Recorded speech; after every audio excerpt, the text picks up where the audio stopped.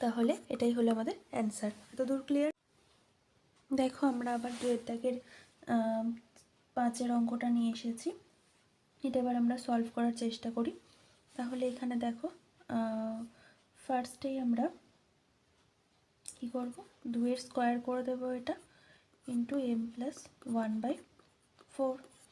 এবার রুট থাকলে কি হয়, রুট থাকলে আমি এদিকে দেখাচ্ছি যে যখন কোনো সংখ্যার মাথায় রুট থাকে তখন আমরা এটাকে 4⁻1/2 আকারে লিখি, মানে মাথায় সবসময় হাফ বসে যায়। 5 থাকলে 5⁻½ হবে। তেমনি সেমভাবে এখানে রুটের জায়গাও আমরা হাফ লিখব।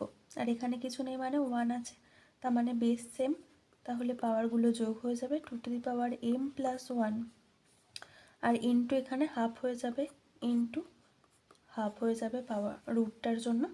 আর নিচে দেখো কি আছে, নিচে আছে 2 ইন্টু 2⁻−m ইন্টু হাফ হয়ে যাবে রুটের জন্য।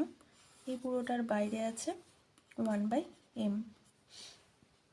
তাহলে এরপর আমাদের পরের স্টেপে কী হবে, 2 এটা গুণ করব 2m প্লাস 2/4 মানে হচ্ছে হাফ, ওকে।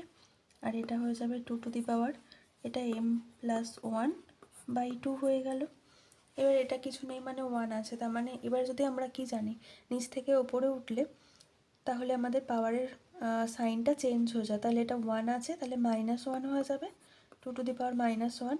আর এটা 2⁻m/2 আছে, তার মানে এটা হয়ে যাবে কি 2⁻m²।